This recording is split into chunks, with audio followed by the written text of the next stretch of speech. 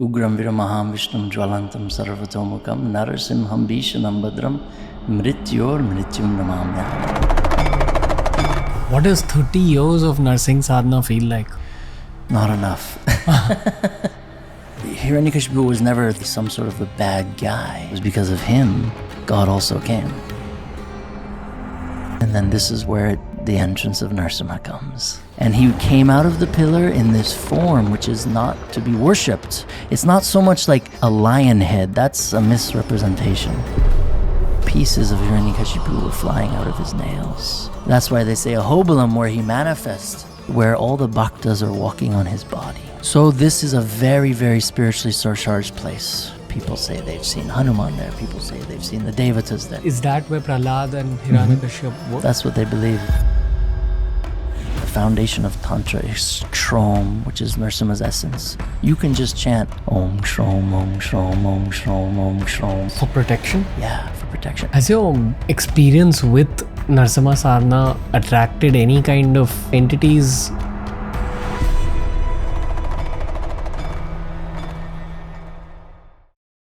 Welcome to this very, very special episode on the beautiful occasion of Holi. It's the story of Prahlad. It's the story of Narasimha Bhagwan, one of the most important gods in the world of Sanatan Dharma.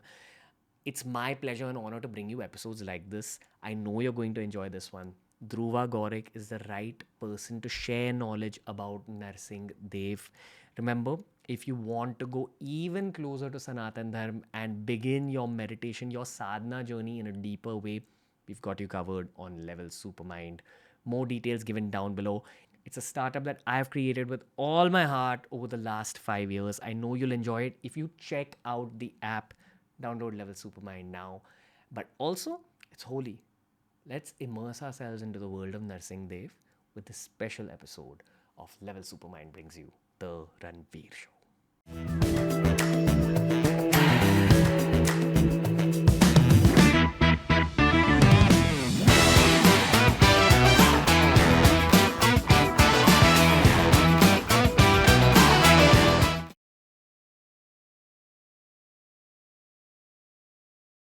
Been waiting for this podcast for years now. Where were you, Dhruva? Looking for Narasimha. How do we begin correctly? Like a Jai Bhagwan Narsingh? Yeah, or we can do that Ugram Viramaham Vishnu mantra. Do you know that one? Up to you. Over to you. Yeah, that's Lord Shiva. He chanted this mantra. Ugram Viramaham Vishnum Jwalantam Sarvatomukam Narasimham Bhishanam Badram Mrityor Mrityum Namamyam. Narasimha puts fear in the heart of Yama, death.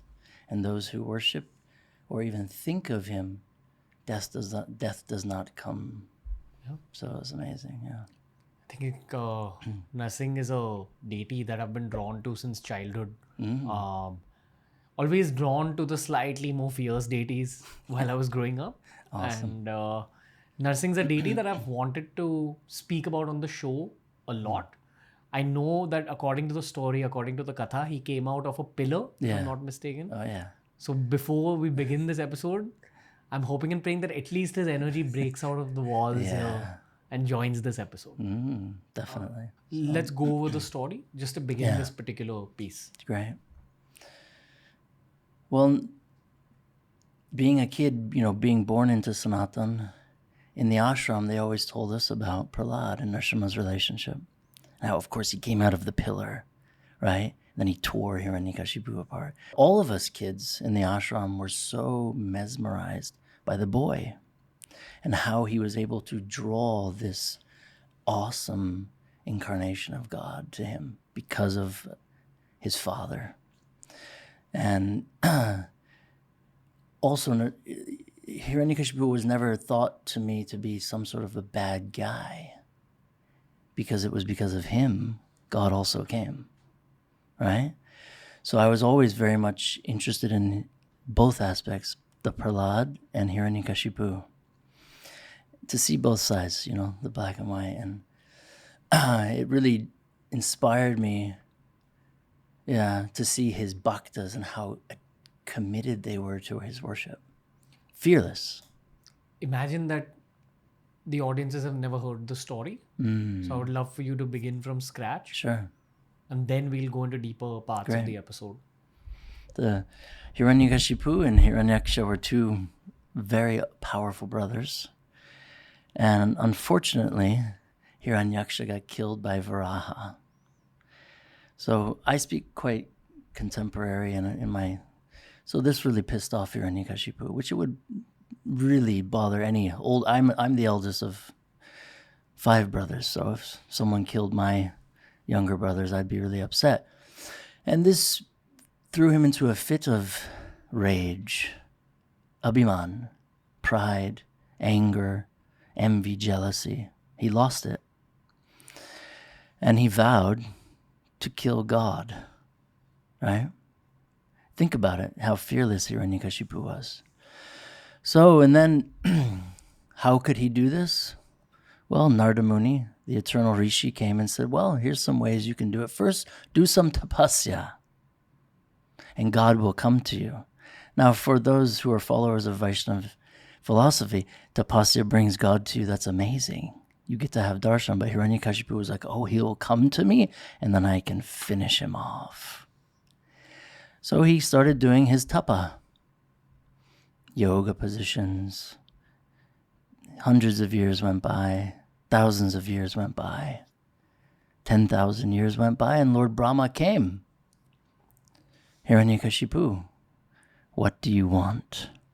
And Hiranyakashipu was quite simple. He said, I want everything. And Brahma said, I don't have everything. And you haven't done enough tapasya. 10,000 years is nothing. This rishi did 25,000. This another rishi did 50,000. So Hiranyakashipu was so... Just think about how awesomely powerful he was. Okay, who did the most? I will do more. It was like 61,000 years or something. He kept on his tippy toes. He was just a skeleton.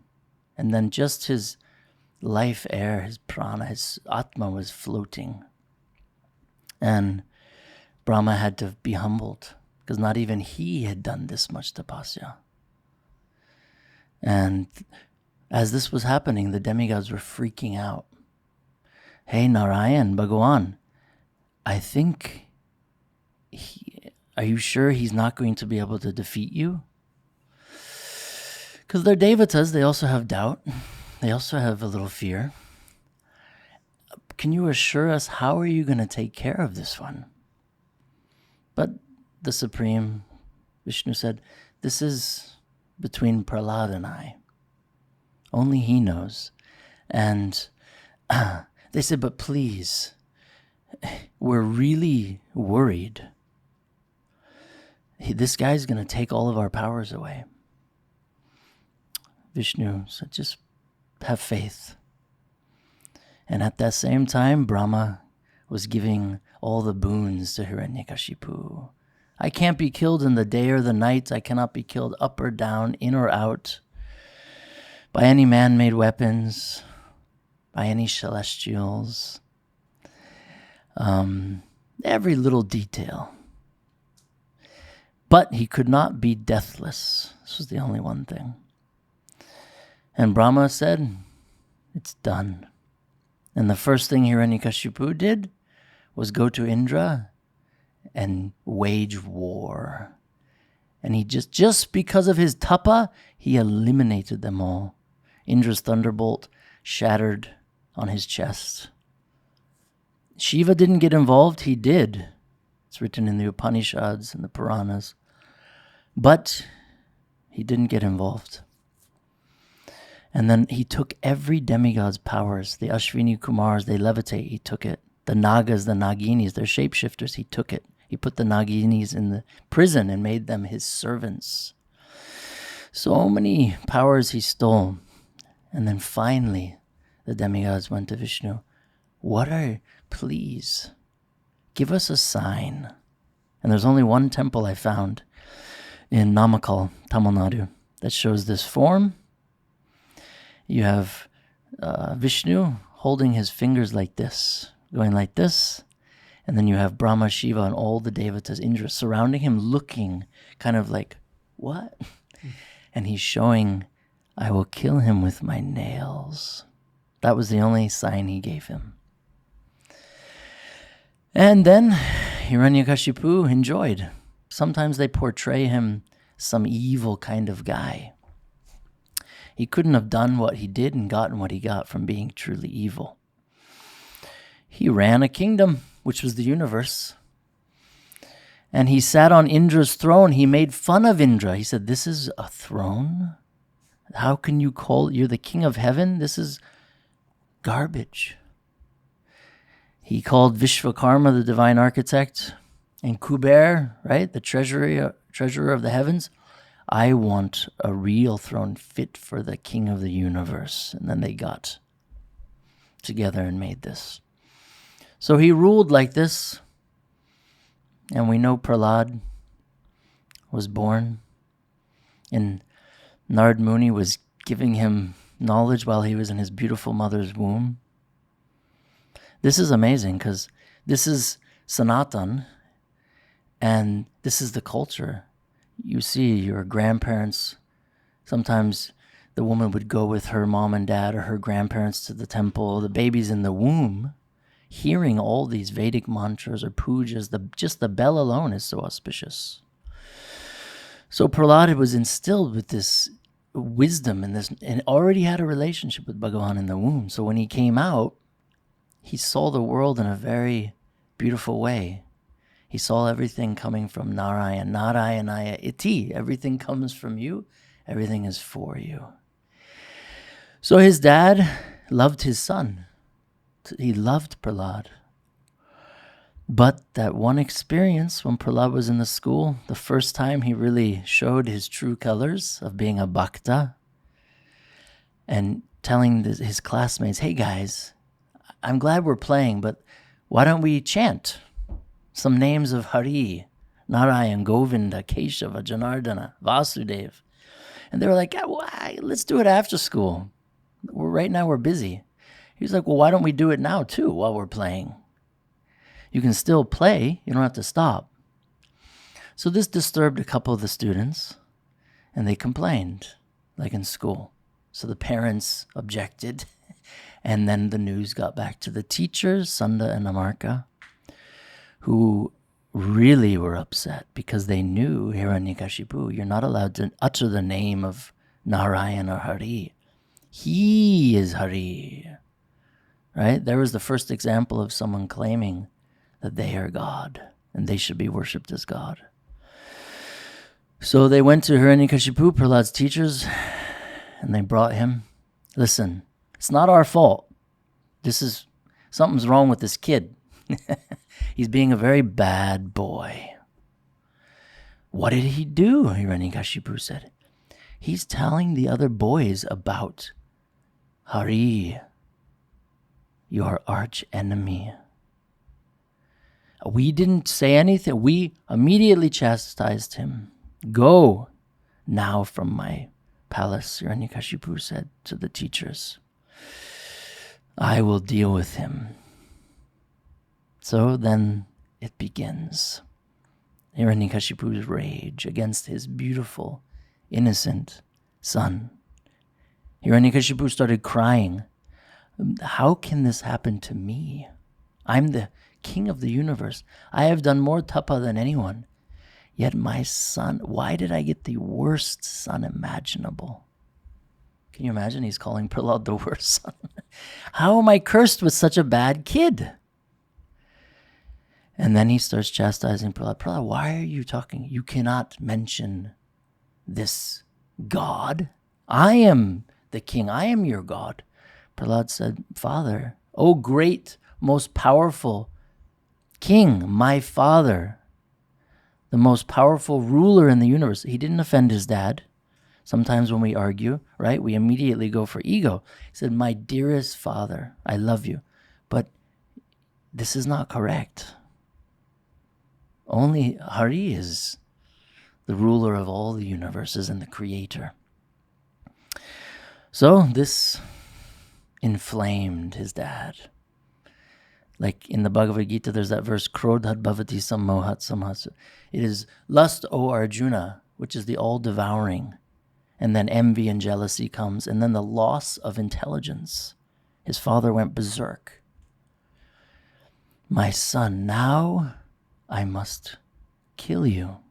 You are not listening to me. But I'll give you one more chance. Because he's dharmic. So he said, let me not hear this again. So he sent Prahlad back to school and he told his teachers, hey, watch out. If I hear that he says one more word, you will be killed first. But Prahlad couldn't go against his nature, right? He was so balanced and so beautiful and pure. He was being a good son. He wasn't not going to school and running to the forest to be a rishi, tapasvini or something, right? No, he was going to school, learning how to be a good king. He was with his classmates, learning all the important things. But he had the parallel, which was Bhagavan. Om Namo Bhagavate Vasudevaya. And he couldn't stop preaching the glories of his Lord to the boys. And it got to the point where they kicked him out of school. Nowadays, we get kicked out from a lot of other bad stuff from school, but Prahlad was kicked out from talking about God. So this sent Hiranyakashipu pagal. He went nuts. And he was crying. It's written in the Upanishads, and Nard Muni gives account. He's saying, my beautiful son, what? Why are you making me do this to you? Why are you making me? Now I have to kill you because you are offending me and not listening to me. Take him away. And then he called the head of the Nagas. You must kill him, bite him to death. Right? He was, first they tried killing by the cobras, biting him. But the head of the Nagas, they're great devotees of the Lord. But they also follow Dharma, and Hiranyakashipu was their king. So they had to follow his instructions. And they were taking Prahlad away, crying, Prahlad, we are so sorry. Prahlad said, why are you sorry? You are doing your Dharma by listening to the king. And they started biting Prahlad. And the Nagas, there's many different types of Nagas. Their teeth are different, crystals, diamonds, rubies, so many. They were shattering when they were biting him. And for a cobra to lose their teeth, this is like the worst. They went back to Hiranyakashipu with, my lord, my king, our teeth have shattered. We cannot kill your son. Hiranyakashipu became enraged and he banished them to the dungeons with their wives, called the elephants, crushed him. And in my research the past 30 years, I found an old painting done, I think it was 1874, by a British, it was done by a woman. She read this story of Prahlad. She fell in love with Prahlad, this amazing story. And she did a drawing of Prahlad walking through the elephants, and they were bowing to him. Because in the story, it's like that. They tried to crush him, but they couldn't. So the head of the elephants bowed, and Hiranyakashipu banished them before he killed them. And then the Rakshasas, they came to try to kill him. They were going to boil him, poison him. And meanwhile, Prahlad wasn't whinging or why me? What about the other kids? What about this dude? He's way worse than me. Or what about her? He just took it. Om Namo Bhagavate Vasudevaya. Like a true yogi, right? You hear all these amazing stories, the Sapta Rishis. Through any type of situation, weather, no food, they just meditated on the Lord. So Prahlad was like the ultimate yogi and perfect example for us, right? And finally, Dad said, I have to do everything myself. So he dragged him to the edge of the cliff, crying. Hiranyakashipu was crying. Such a powerful man, right? The most powerful man of the universe. How can you make me do this to you? You know, the ultimate like kind of gaslighting and blame, right? And he threw his own son off the mountain. And this is where Prahlad has his first interaction with Bhagwan. The Lord caught him in his arms and brought him into the cave and said, and then Vishnu was crying, my dearest devotee, my son, I'm sorry that you're going through this. And then this is when Prahlad's prayers start to come. What do you mean, my Lord? I'm not going through anything. I'm only meditating upon you. I'm always worshiping you. Kindly don't stop this if that means I'm going to have to stop this. Instead of most of us, I would be like, okay, thank God you're coming to protect me. The torture will stop. Prahlad was on another level, right? Of a sadhana, tapasya bhakta, right? And this captured me when I was a kid because we had to do tapasya in the gurukulas. We slept on the hard floors. We woke up at 2 a.m., cold showers. In West Virginia, it's freezing. They would make us take freezing cold showers, which I'm so grateful for. And then we would have to go clean the mandir before Mangalartik. And why? Because this is like the most menial seva you can do, and it yields the most amazing rewards. So we had this fascination with what Prahlad went through. And Prahlad obviously didn't die, but Vishnu said, ask me anything, my son. Whatever boon you want. Prahlad said, I wish to have darshan of the form which you killed my uncle, the powerful, the glorious Hiranyaksha. He didn't say the rascal. He praised his uncle. And I want to see the form in which you are going to kill my father.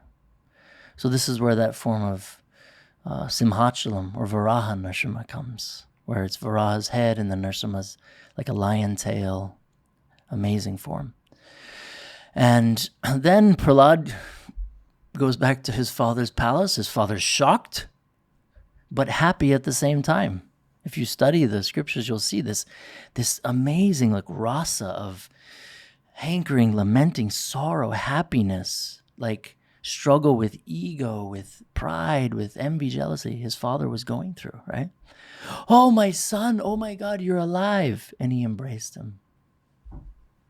Right? Very demented in a way, suffering the hate he had for God. So Prahlad wasn't, Dad, you're such a cruel bleep and bleep and bleep. How could you? No. My father, he touched his feet. My great, powerful father, I missed you. How can I serve you? My sons, please, just don't. You cannot utter the names of Hari. I cannot make this promise, Dad. I'm sorry. Then you leave me no choice, Prahlad. I must continue to try to kill you. And then he said, take him away, throw him in the ocean and let him drown. Now, the only devata that his power wasn't taken away from Hiranyakashipu was Varuna. He's in the ocean. There's no matter to Hiranyakashipu. Now, Varuna is a very powerful god. And he is not only one of the most beautiful demigods, but his knowledge of Bhagavan and the prayers are absolutely amazing. So when they threw Prahlad into the ocean, Varun said, I will not disobey the king, but the whales, the sharks, they can rescue Prahlad. I'm not disobeying. So Prahlad was rescued by all the stingrays, the sharks, the whales, and they brought him to shore. And Prahlad's father was again lamenting in the palace that he killed his son, he thought. And lo and behold, here comes the beautiful boy walking through the the assembly hall's gates. And Nard Rishi begged Hiranyakashipu. Narada he can go anywhere, do anything. He's loved by the demons and the demigods equally. He's neutral. So he was the only one that came to Hiranyakashipu and said, hey, Hiranya, maybe not a good idea to try to murder your kid. I don't know if it's a good idea. And yeah, probably you shouldn't. And Hiranyakashipu again was dharmic. Nardrishi, pranams, but please, you stay out of this one. So Prahlad comes walking back in, and then this is where the entrance of Narasimha comes. Then his father again, overwhelmed with happiness that his son is back, crying with tears of ecstasy and hate, joy, envy, everything. Puts the boy on his lap, hugging him, crying, my son, I love you, please. How do you get these powers? I don't understand. How are you still alive? You should be dead, bacha. Father, I get my powers from the same place you get them from. Bhagavan, Govinda, Keshava, right? And this made the atom bomb go off in Hiranyakashipu's resentment. And that's when he pushed Prahlad off of his... He never before then hit, kicked. If anyone says that he did anything like that to Prahlad, that is a lie. He never would put a hand on Prahlad. He pushed him off. Remove yourself from me. Now, my son, you are no longer my son. And then he starts, how are you such a despicable child? How are you so vengeful towards your own father who's given you life? Are you speaking like this? How could you do this to me? What have I done to you? And then, Prahlad is just innocent and honest. Children are honest. That's why we often don't like it as a parent. I know, I'm a parent. Sometimes my child says fact, and it's fact, and you take it, or you don't. So Prahlad was explaining, my father, Bhagavan this, Bhagavan that. And it just drove him nuts. You think your God is here? Yes, Father, he is everywhere. Well, then where is he? Father, just look around this magnificent space and place. This is all his energy. It was built because of his energy. No, I built this. I. No, Father. He kept going. Well, if your God is here, is he here? Yes. Is he there? Yes. Is he in this bleeping pillar? Of course, Father, he's everywhere. Well, now I will, in Sanskrit, the literal translation is, now I will remove your head from your torso with my hands. Prahlad wasn't scared. Father, you do what you think is right, Father. You are the king. Let your God come. If he's in this pillar, then he struck the pillar. And that to me as a kid, my hair stood on end again, the sound, not of Narasimha, of Hiranyakashipu hitting the pillar with such power and rage because he was the most powerful human in existence. And then the tumultuous roar, which we can't even explain.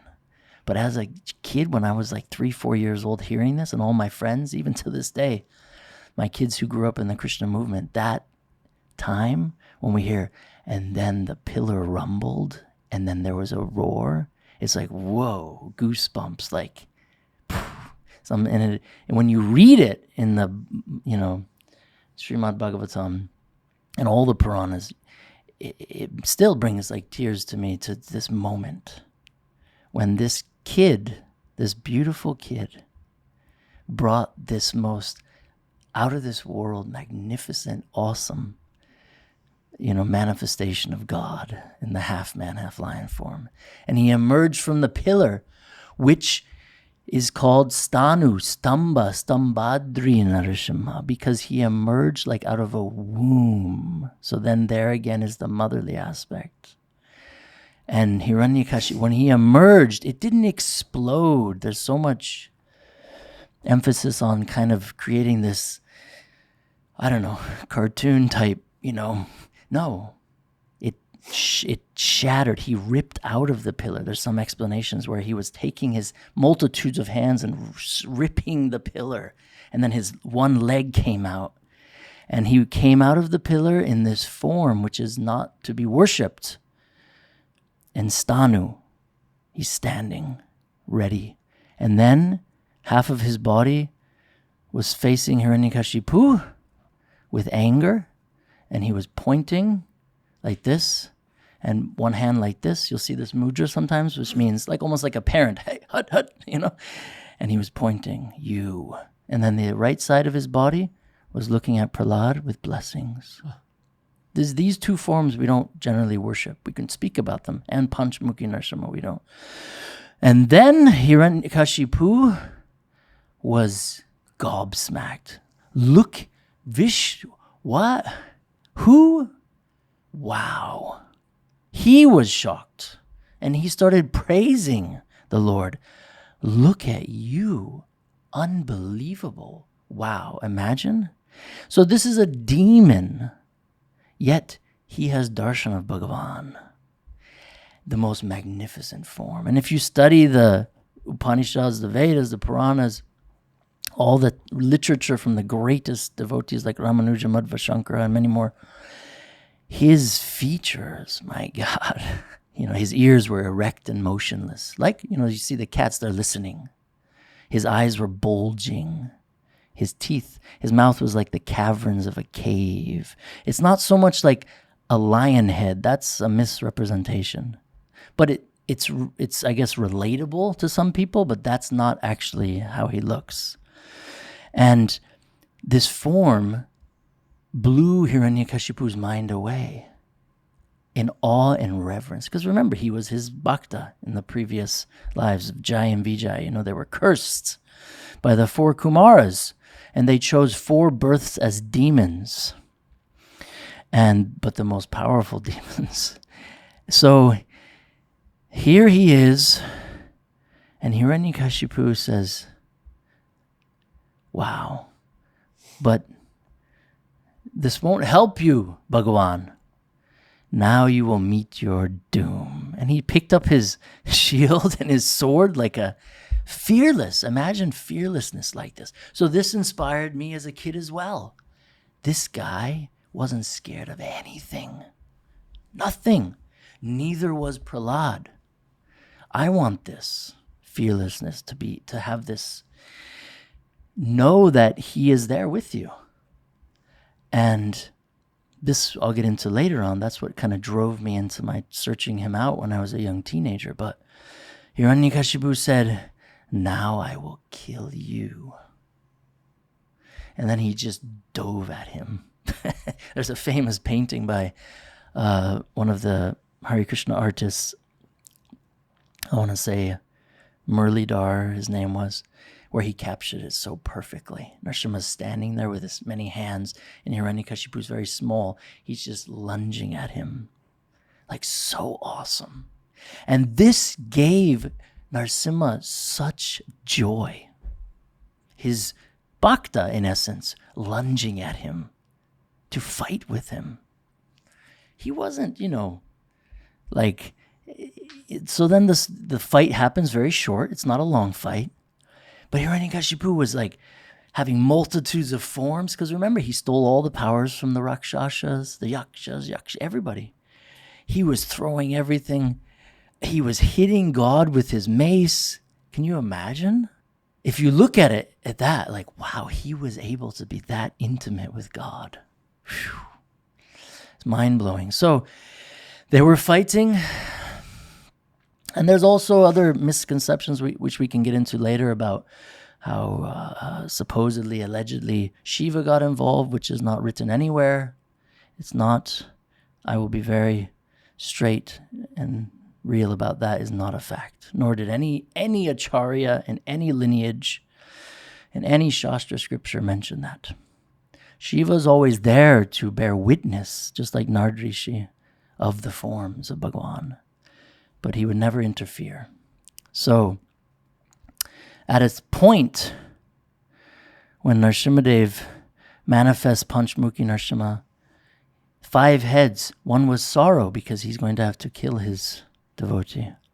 One was pure bliss and happiness because he's saving his devotee. One is rage, right? One is like kind of sorrow, sadness.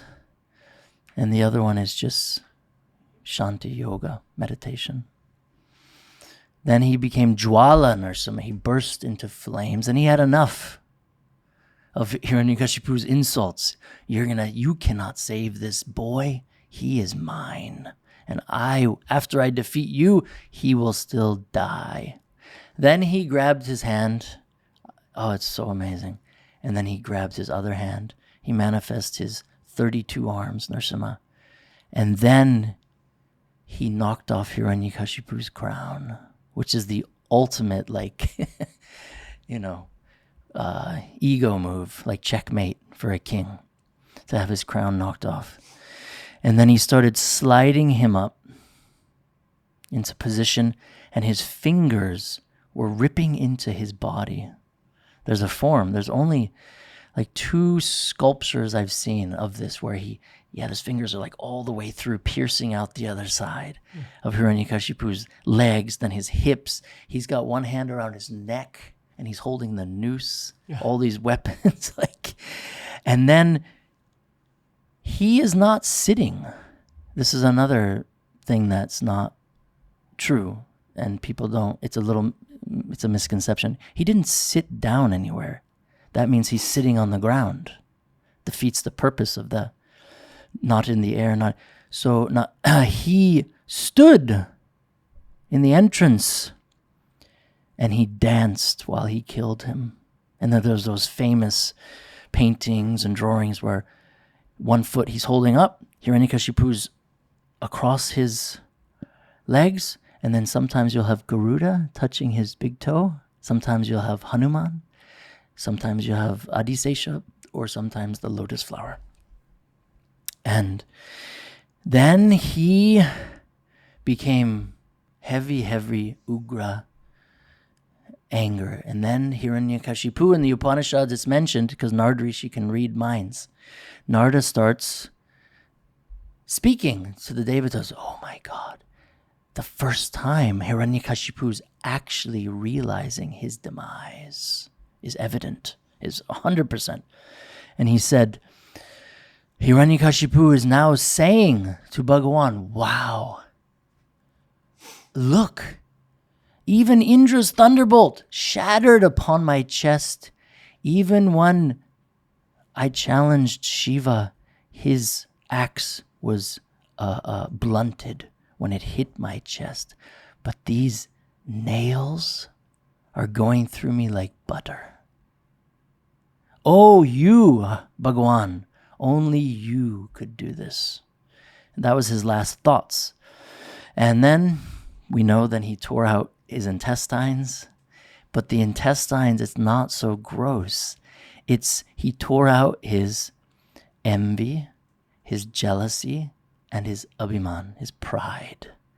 Those were only 3 defects Hiranyakashipu had. That's it. He was perfect in every other way. Those are the things he removed. And then he was so enraged, again, Nard Rishi and the Devatas, that in killing, the body was thrown to the ground, the body was gone. And like Narada Muni is kind of like he's like the narrator, right? Like at a football match almost in a sense. Like, oh my God, where is Hiranyakashipu? Did he escape again? No. And then Narasimha looked at his fingernails and he was laughing hysterically. And he was flicking his nails. And the pieces of Hiranyakashipu were flying out of his nails. That's why they say Ahobilam, where he manifests. Again, he blessed Hiranyakashipu where all the bhaktas are walking on his body. You see? So he still gets blessed, Hiranyakashipu. And then he picked up the body, the lifeless body of Hiranyakashipu, and he walked to his throne, Hiranyakashipu's throne, and he sat in his throne. And then all the apsaras, the naginis, all the wives of all the demigods started crying in ecstasy. Oh my God. And then Shiva starts saying the most beautiful prayers. Look at you, Hari. I made you a throne, an asan, and you never sat on it. And Indra said, I made you a throne. Varuna, everybody, Brahma, you never sat upon the asan we made for you. But look, you are sitting on the asan of Hiranyakashipu. They were praising this. Even though he killed him, he still gets the blessing of being. And then he sat, and then he raged. And then demigods started offering the most beautiful prayers. The Naginis, my Lord, love of my heart, thank you for giving us our power back. They're the shapeshifters. The Ashwini Kumars, the Kimparushas, every Devata. It was like going through his ears. Obviously not, but because he was seething. All of you watch this boy get tortured.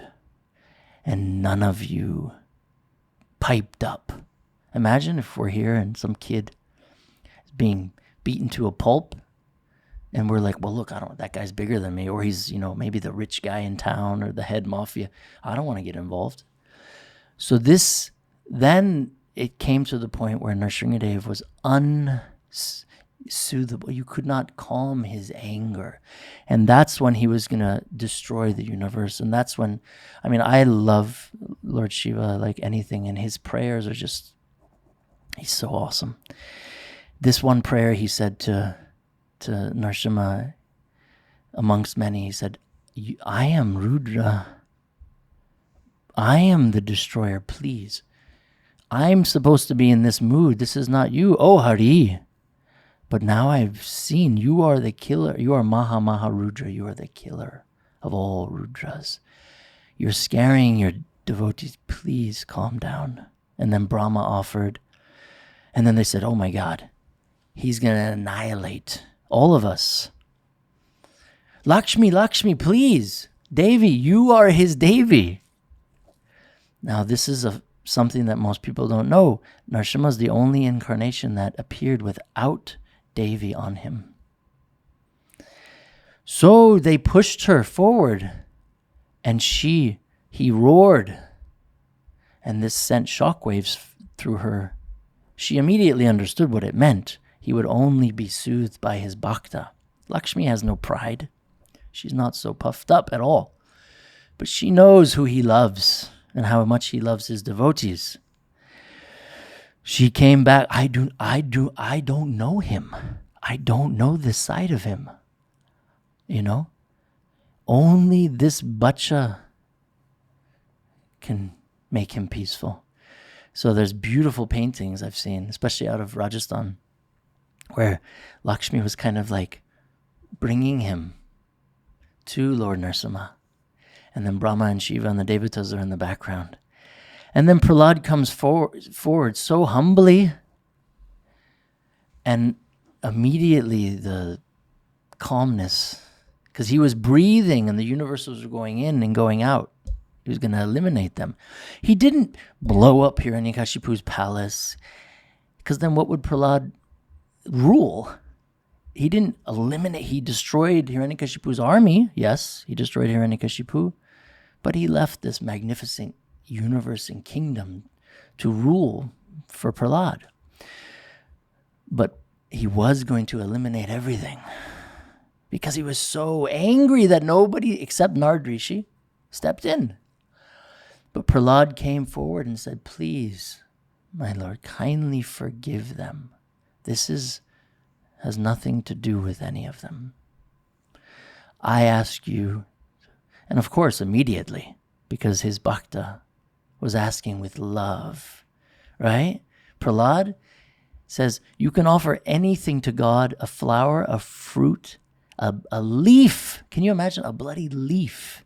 If I offered a leaf to my wife, I would maybe get a tappar, like, hey, I want my roses. I don't want a leaf. But Prahlad says, all you have to do is offer it with love and devotion. Not crazy paraphernalia and go, no.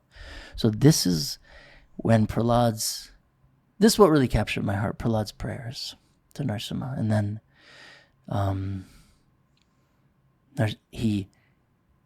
Narasimhadev, come, my son. And he picked him up. He picked up Prahlad.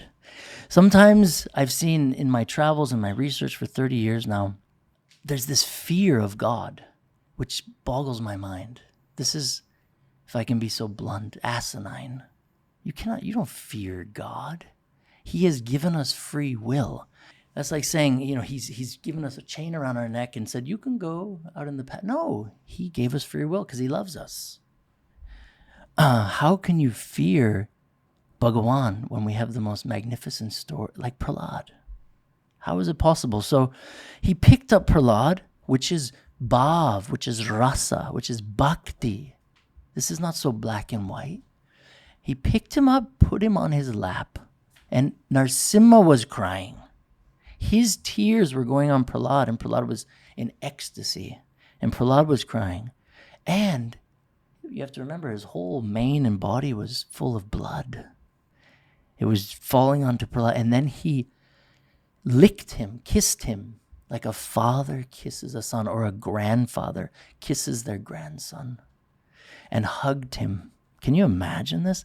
And then sometimes in my travels over the years, which we can get into later, I hear people say, oh, you cannot worship Narasimha. Oh, a bunch of nonsense. Look at this kid showed us, of course you can worship Narasimha. He's not going to just pick me up. Prahlad was not so selfish. Prahlad said that. He says, I am so unworthy.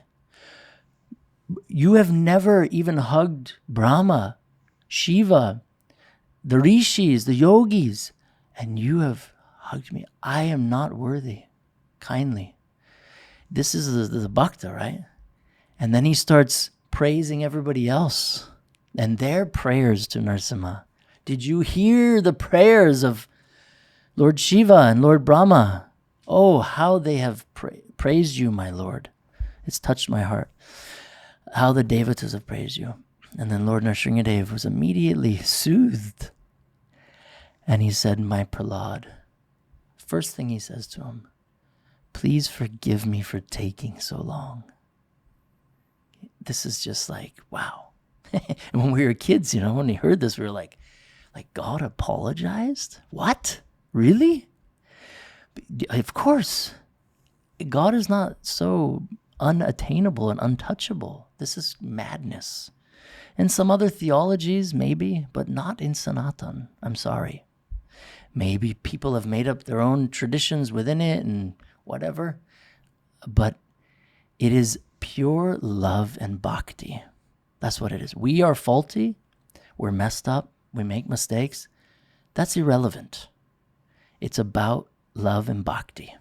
So Prahlad, here he is. Narasimha says, I'm sorry. And Prahlad goes, no. You know exactly what to do, when to do it, and how to do it. Everything you do is perfect. And then Narasimha says, ask of me anything. Now, can you imagine if God was sitting in front of us? I talk about this a lot when I travel and give talks. If God was sitting in front of me, I got a big list, right? Oh, maybe if I get a little help here, then I'll do a little. It's natural. We're humans. We think about how we're struggling. This beautiful kid says, kindly remove all envy and jealousy and pride from all living entities. That's what he asked for. Because he saw how it completely destroyed his own father. The root of all evil is these three things. If any disease is plaguing the world right now, it's those three things. I see it in my travels. And then Narasimha says, done. Ask again. Prahlad, kindly forgive my dad. Free him. Please. Of course. Done. And then we see later on, Bali Maharaj was his, grandson, right? So Vamanadev came and freed him. So Narasimha said, yes, but ask for something for you, my son. Prahlad said, I always just want to be with you.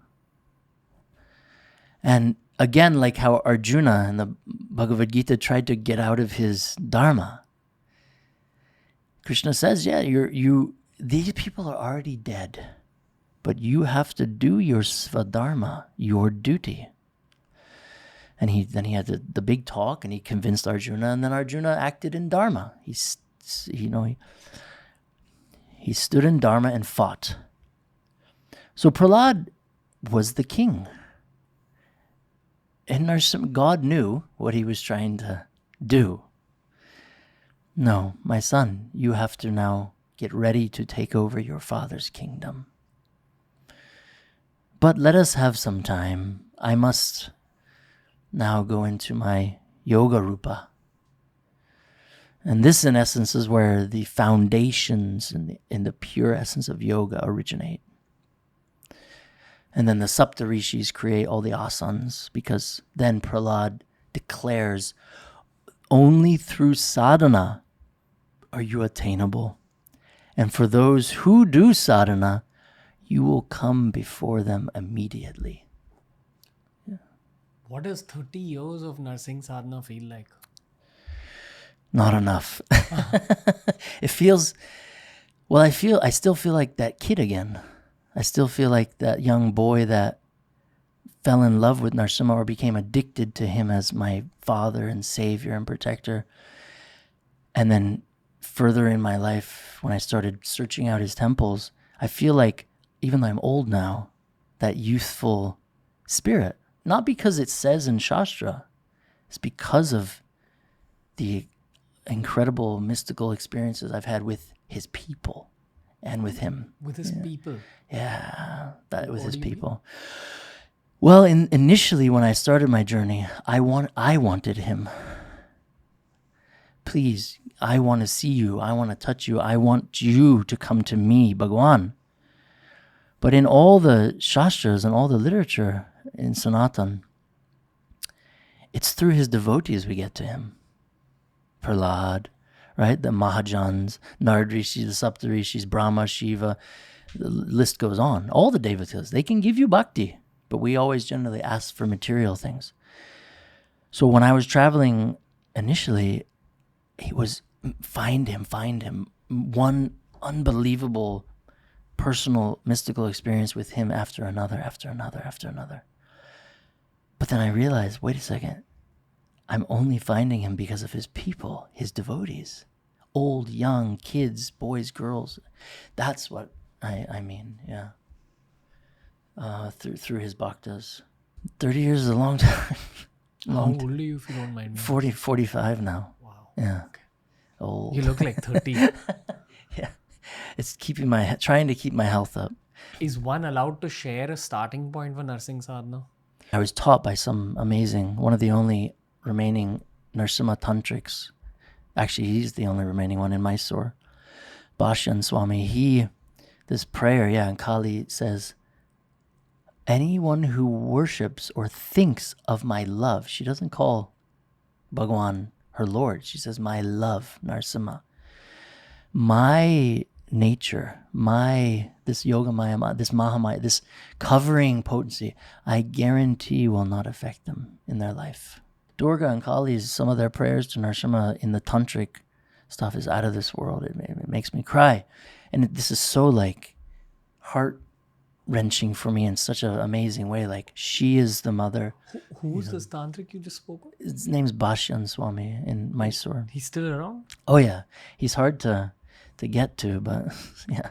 But technically, if you're doing the sadhana of nursing, aren't you already a Narasimha tantric? It wasn't just Narasimha. I got into everything. Like Because then I was like, well, who else worships Narasimha? The Devotees, the Devis, and then Tantra came into then the foundation of Tantra is Shrom, which is Narasimha's essence. You can just chant Om Shrom, Om Shrom, Om Shrom, Om Shrom, Om Shrom, Om Shrom, Om Shrom, Om Shrom, Om Shrom. Some of these swamis I met, they're just on the mala all day, lax and lax, Om Shrom, Om Shrom.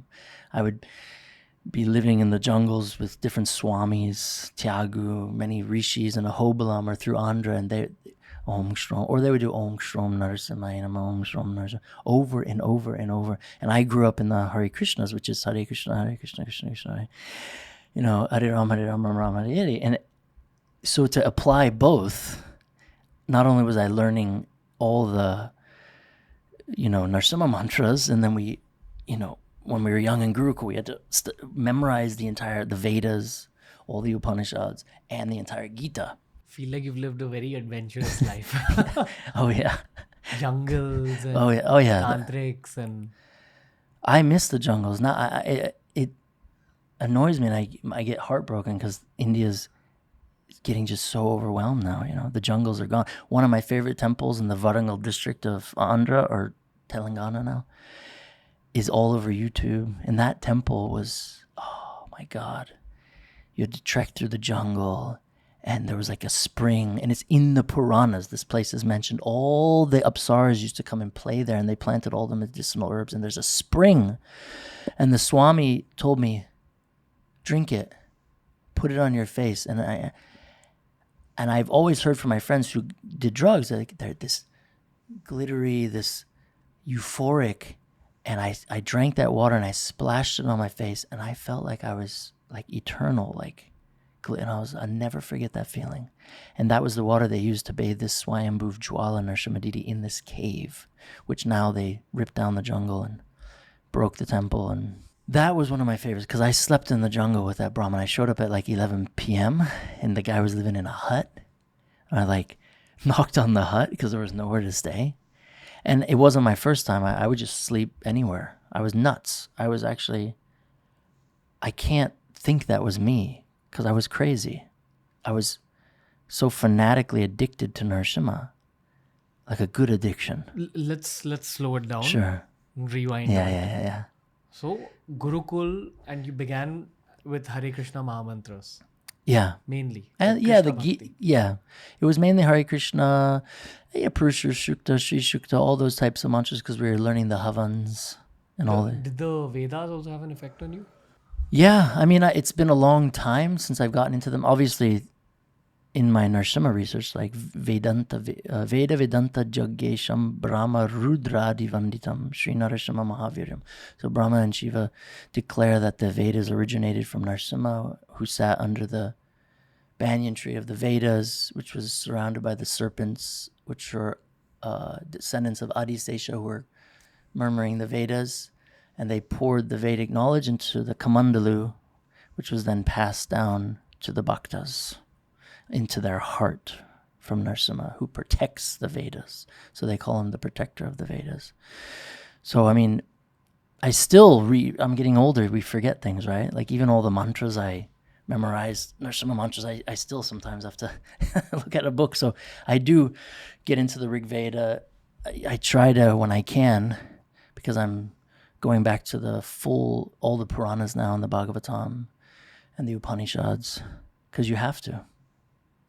You have to keep it fresh. First of all, so you don't get fooled, because there's many, I don't like to criticize, but there's a lot of frauds out there. Yeah. Not just here, but everywhere. And that breaks my heart. But it's also, Prahlad Maharaj said this. He said, we must be careful of those who are in sadhu vesh, like cloth, but their heart is wicked as a crooked thorn bush. So let's go chronologically. Yeah. So this was in West Virginia, your Gurukul. Yeah, I was born in West Virginia. Which I find crazy. I know, it's nuts. It's a cool community. My father was kind of he was a very powerful guy anyways. He was like a boxer and heavy dude. He was kind of like not the money man of the Hare Krishna movement, but he was very smart with business. So he helped fund this incredible project in West Virginia in the hills where this Swami wanted to build seven temples. And unfortunately, it was attacked by some biker Christian type people, and, they shot a few people. And so Srila Prabhupada, who I'm extremely devoted to, who I love, who's my parents' guru. So if it wasn't for Srila Prabhupada, I wouldn't know anything about Narasimha. So he told all of his devotees and all the centers around the world, they must worship Narasimha.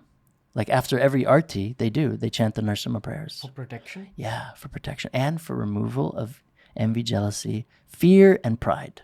So when we were young in New Vrindavan, I was 3, and my father, at that time, Radhanath Swami, I don't think he was a Swami, he was Uncle Radhanath to me. Yeah. He still is. Like, he's like an uncle to me. Oh, hold on. Yeah. Are you allowed to speak about the mantra that's chanted? Which one? For protection and removal of fear, envy, jealousy, and pride. I can speak of that. Yeah. The only ones you're not allowed to chant out loud are these ones by Kali, Durga, and that's about it. Just those. As in, they're mantras about Narasimha. Yeah. Okay. How it's because of him they got their energy to remove obstacles. They're the Tantrinis. See, Tantra is a very raw, feminine, the Stree is very wild. Like I was telling, earlier about how you can't make a mistake with the Stree. There's no give. There's no second chance. Whereas Bhagavan, there is. If you're a demon and you say, please have mercy, no problem. So that's why the Tantrinis, from all the aspects of Durga and Kali to the sub-forms to Lakshmi and her, they all declare anyone who worships their Lord shall not reap that side of them. Can you share the mantra? Oh yeah, the one that Prabhupada gave. Well, he gave the Ugram Vira Maham Vishnum that we chanted, and then he gave Namaste Narasimhaya Prahlad Dahine Hiranyakashipu Vakshaha Shrilatam Kanakalaye. And then he continued on with this next mantra, which is chanted by Chaitanya Mahaprabhu. Ito Nishimha Parato Nishimo Yato Yamitato Nishimha Bayera Nishimo Ridaye Nishimo Narasimha Hamadim Saranam Prapade. That's my favorite because I heard it since I was in my mom's womb. Ito Nishima, Lord Narasimha is here, Lord Narasimha is there. Wherever I go, he is there. He's in my heart. He's outside as well. I surrender unto Lord Narasimha, my divine father and protector. Has a guy like you ever needed protection? Maybe. The context is that you're a huge guy. Maybe. No. I was always a bit fearless, and I never liked bullies. If anybody bullied my friends, I'd beat them up. But I was never scared of the dark. I always felt protected. But obviously I was in some scary situations where back in the 90s, the Muslims and Hindus were going at each other's throats in public. Guns and crazy stuff. I ran into situations like that. Which city was this? It wasn't in the city. It was in like the middle of nowhere from Mysore to a place called Maranahali, a Lakshmi Narasimha temple. So all of a sudden there's shooting. Everyone's running off the bus. And I was like, what's going on here? Fireworks? And then I see people shooting each other. Back then it wasn't put in the newspaper on Instagram and all that. And I was like, what? And the bus driver was just yelling at me. So I ran into the forest, and they were going at each other, and then police came. And the crazy thing is that experience made me find another Narasimha temple. Because you ran into the forest? Yeah. And the people who were on the bus just started walking through the forest. So I started following them because they know where they were going. So I was like, oh, they must know a way out. And then I found another temple called, not CB Narasimha. Anyways, another Lakshmi Narasimha temple on the bank of the, I think it's the Hemavati River, which blew my mind. And I was going to another one, but that happened so many times, experiences like that. But I never feared. I would sleep in the jungles at night alone in caves. And there was many, which we'll get into, experiences with tigers and leopards and lions. Yeah. How long did your sadhana take? 10, 15 minutes. I don't take a long time. Even today? Yeah, yeah. And I learned it. Well, no, I would say it was a little more before. But then I met these heavy, heavy swamis, sadhakas on my travels. And I realized it's not quantity, it's quality from them. And they were like, why does this take you so long? What's the big show? Why are you showing off this ego of lamps? And I was like, what do you mean? I'm just, well, yeah, but are you offering it to him, or is this just for your ego? And it kind of like hit me like, whoa, am I focusing on the mantras? When Shiva says, Yanama smaranad bhita, bhuta bhita, he says, O Narasimha, anyone who thinks of your name, bhuta bhita rakshashaha, all of the demons, rakshasas, bhutas, pistulas will run away in fear for their lives. All diseases will be eliminated like how you eliminated Hiranyakashipu, problems of the mind. No planet can influence your devotees, right? So they taught me like, oh, you're just like a robot chanting the mantras, right? It kind of hit me. So now it's very focused on what is it I'm chanting from these unbelievably powerful bhaktas. So I find the mantras are so potent because Nam is him. And even though I've seen just hundreds and thousands of temples in my life, and I've found 1,478 of his temples exclusively in India in 30 years. So many abandoned, so many broken, so many destroyed. I realized it is his name. It's the mantras. That's who he is. Because that's what's said when they put the statue in the temple. It's mantra that brings him. Kind of wonder why so many Narasimha temples are abandoned in our country. It doesn't make sense to me. Not just Narasimha. So many were abandoned. But with Narasimha, the ones that are abandoned, it was either there was heavy Mughal invasion area or space, and then there was a lot of false, nonsensical stuff spread about Narasimha by, unfortunately,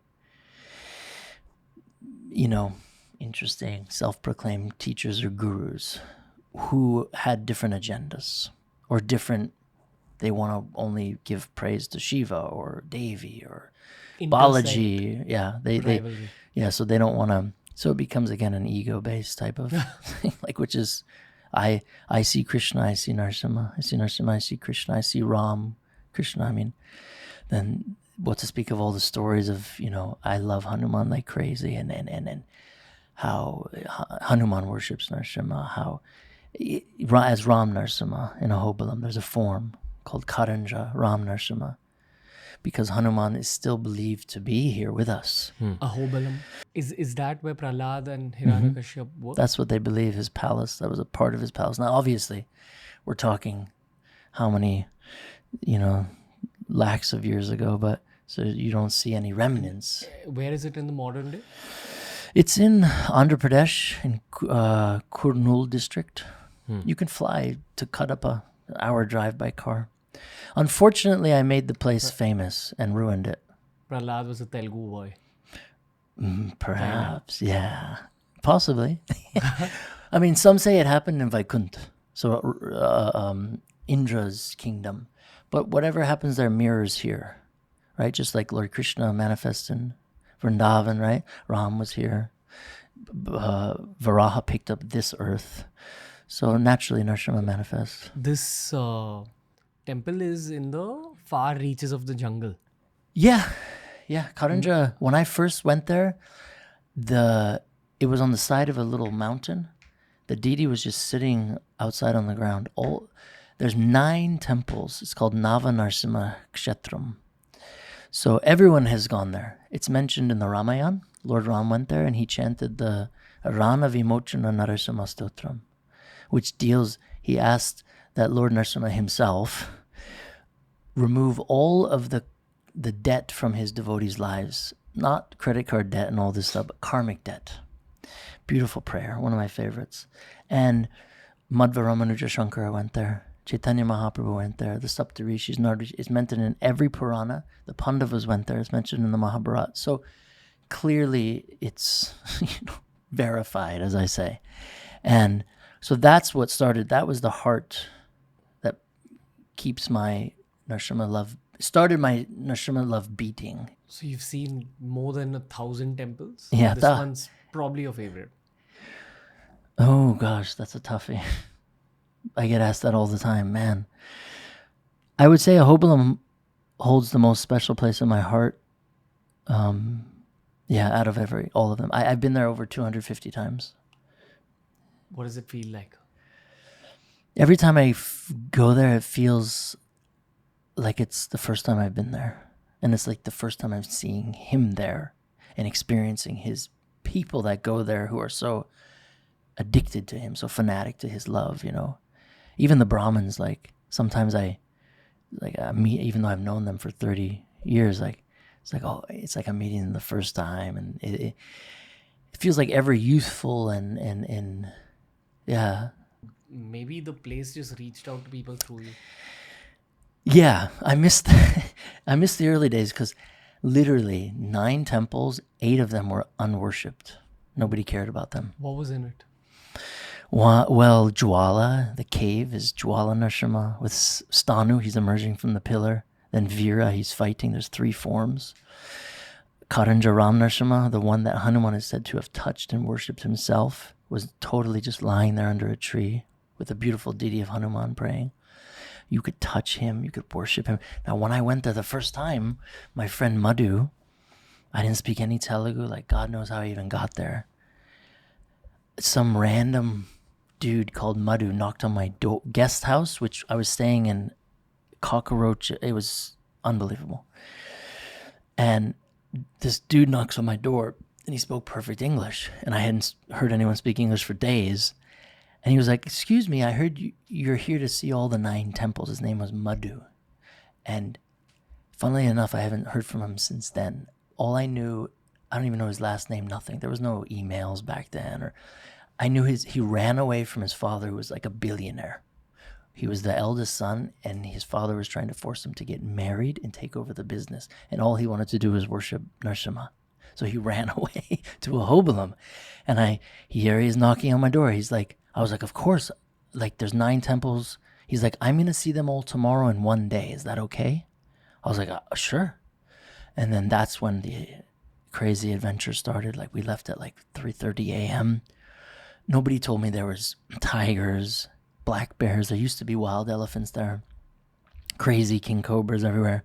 And we start walking to the first Bhargava Narasimha, where Bhargava Maharishi came and did Tapasya.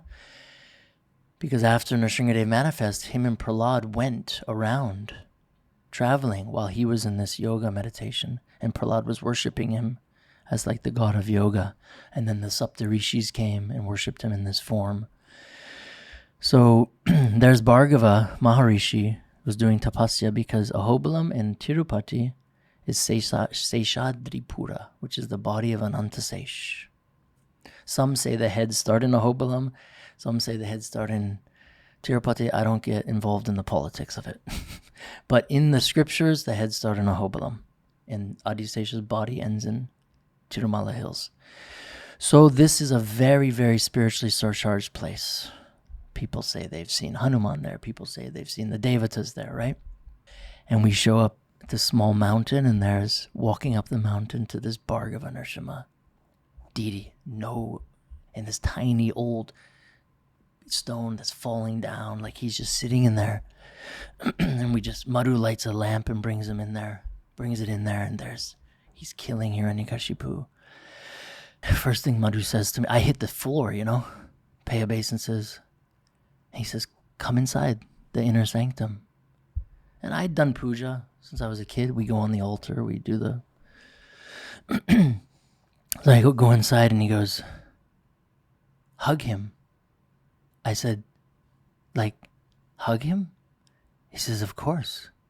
Hug your father. So I immediately of course, I hugged the deity, small little deity. And I was like, like maybe whatever you want to call it, ecstatic, very hair-raising, trembling, not out of fear, but maybe joy, everything in one, all these emotions. Love, like this feeling you have which I never had, butterflies, and touch his feet, massage his feet, Madhu says. And so he kind of created this even more personal relationship with God. You're not allowed to go in temples and hug the Murlava, the main idol, right? But later on in my life, I would always think, but I wonder if the Brahmins do. They come in the morning and wake him up or wake them up, and like, do they like put their head on their feet, massage their feet? Do they like give? Why not, right? So that started that ecstatic addiction, overwhelming fearlessness more from Bhargava Narasimha.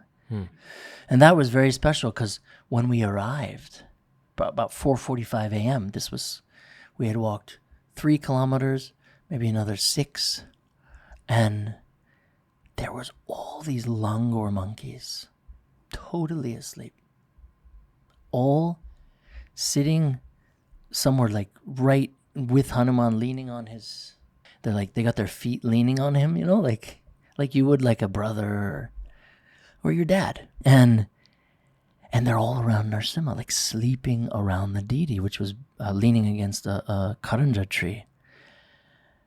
And Madhu was like, "Don't wake the bhaktas." Shh.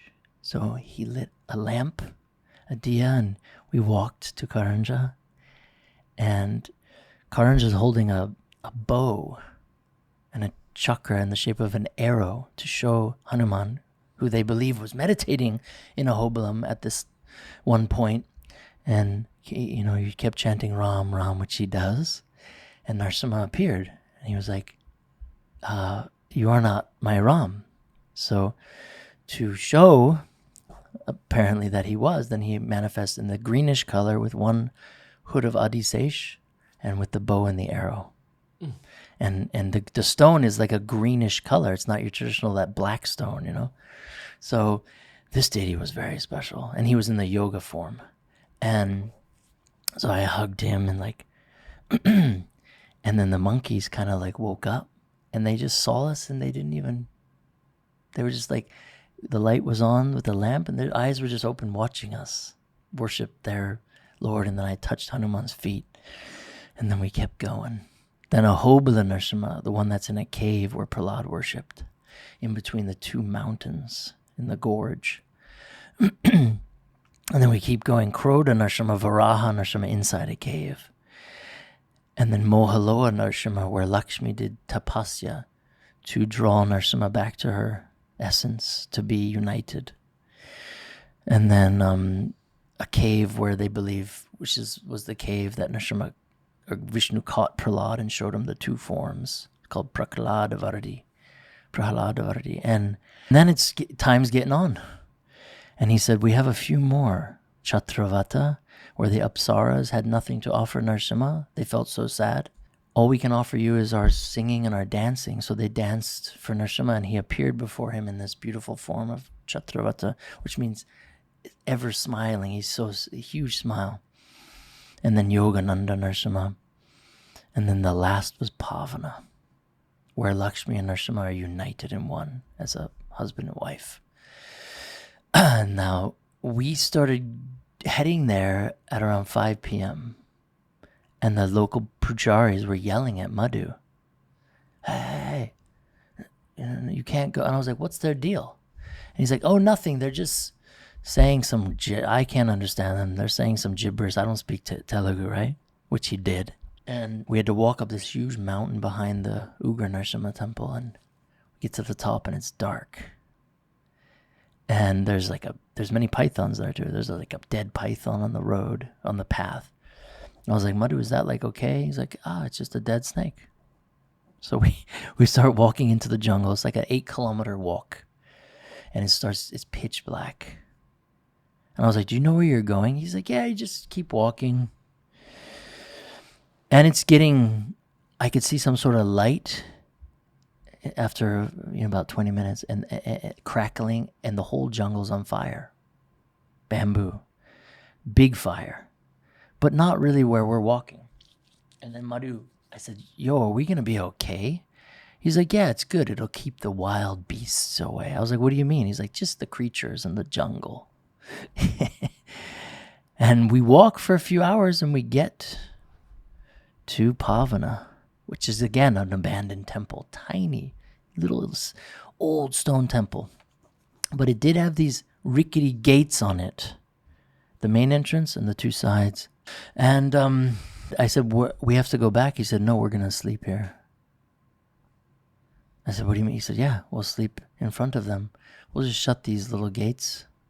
And he said, don't worry, you'll fall asleep. I'll tell you stories of Narasimha. So he starts actually chanting the Vedas. And he starts chanting Narasimha Mantras, and I fell asleep. I was out. And I'm a tall guy, so I was stretched across the whole entrance, and my head was against the metal door, the bars. And all of a sudden I hear and feel like something smelling my head. Just before I freaked out, he whispers in my ear, don't move, they'll kill us. That's all he said to me. And I wasn't scared. I said, okay. He took his hand off, and then I could hear the crunching and the walking and the breathing of some very large beasts. And he kind of guided me into the inner sanctum where Narasimha is, Pavana Narasimha. And he said, I think they're huge black bears, and they're the most ferocious. Because at this particular temple, they offer meat. Really? Yeah, because the tribals who used to live in the jungles, Narasimha was their god, and the tribals in the jungles eat wild boar, wild turkey. That's all they could offer. So they would never offer in the temple. They would do it several meters. So then naturally it attracts wild animals. So has your experience with Narasimha Sadhana attracted any kind of entities? Oh no, they can't touch me. No. Like I said, Yanama Smarana Bhuta Bitala. All the ghosts and yakshas and rakshas. Well, the rakshasas are some of Narasimha's greatest devotees. The yakshas, the pishchalas, these beings. Bhutas can't bother you too much. Ghosts, they're around us everywhere here now. Their curses, they can't play with us. But yakshas can. They're the torturers. They harass us. Pishchalas, the bloodsuckers. So, no. I just knew they couldn't, if I can be frank, they couldn't F with me. Even I had experiences with incredibly powerful, tantrinis or worshippers of Bhairavi or Kali or nope. And she is my mother. She's a worshipper of Narasimha. I love her. Kali, Durga, Saraswati, all their forms. There's no fear from the mother. How can you fear her? Now, if you're naughty, maybe, but I got nothing. So I would feel these things around me sometimes. You're in the jungles alone. There are mystical beings. Oh yeah, definitely. And I had hundreds of, maybe more, experiences of this type of stuff where I'm inside of a temple and there's people coming in, tons. And I'm used to it because if they hear a white dude's in the village, generally the village wakes up and they all come. But no, were tons of people coming, men, women, and I could see they were like tall, but I wasn't paying attention. And then after a minute, I would turn around and there's nobody in the temple. But they were 100% people coming in the temple. Where was this? This was in a place called, one of them, Malgadi, which is in Karnataka, a crazy Ugra Narasimha temple. It's a place where they say Garuda stays, worships Narasimha, and he hunts the cobras on the Krishna River because it's right on the bank of the Krishna River. A lot of tantrics go there. Yeah. You said Ugra Narasimha temple. Yeah. He's in the first book. Malgadi or Magadi, one of the two. That was one of the most crazy experiences. Because then I was like, wait, because I didn't sleep a lot. I was just doing tapa. I wouldn't eat for weeks. I didn't eat food. I was like breathing Narasimha, sleeping Narasimha, eating, like my whole existence. I was so skinny. After marriage, I got a little weight, but so I was like, sometimes I would doubt myself, like, what the hell? Did I just make that up? No. Obviously, there are powerful beings amongst us all over the world. Do we have the potency to see them is another issue. Have I seen? Oh, yeah. Do more experiences like this happen as sadhana moves forward? That depends on your prayers and your potency. Yeah, because purity is the force. But then again, we have to weed through our own anartas. I've just got an intuition to stop the episode. Perfect. Okay. Yeah. Awesome. Thank you. Mr. Gorrick, thank you. Yeah, thank you. Thank you. Just trying to get Narasimha sadhana out to the general public. Yeah. And I think a big part of sadhana is understanding the theory and the katha. Yeah, definitely. Definitely. At least this is a beginning for Narasimha on the channel. Thank you for your time, and I hope you get into, we need Narasimha. Miracles happen, so. And hopefully we'll get to go to Ahobilam or somewhere together. Yeah, that'll blow your mind. So. Thank you. Jai Nishingadev. Thank you, Ranveer. I appreciate it. Thank you for shedding light on Ahobilam especially. Absolutely. Thank you. My pleasure. Jai Nishima. Jai Narasimha. Now that the episode's over, I wish for you to discover our entire playlist related to Sanatan Dharma. If you enjoyed this episode and if you want to learn more about Sanatan Dharma, know that we've got multiple English and Hindi episodes around these topics. Everything that I know about Sanatan Dharma today is thanks to my podcast. It's been the privilege of my life over the last 6 years to create all these episodes for all of you. But it's also been a privilege to create Level Supermind, taking all this knowledge and this intention that I have with Sanatan Dharma and placing it into this app we've created for all of you to begin your sadhana journey, to begin your meditation journey. The world has calm and headspace. I sincerely hope that India knows that it's got Level Supermind. We're taking Indian culture to the rest of the world. And I hope you join us on our special journey. Download Level now. But also, thank you for supporting us over the years. Lots more coming your way. This was a special with Dhruva Bhai on Level Supermind brings you TRS.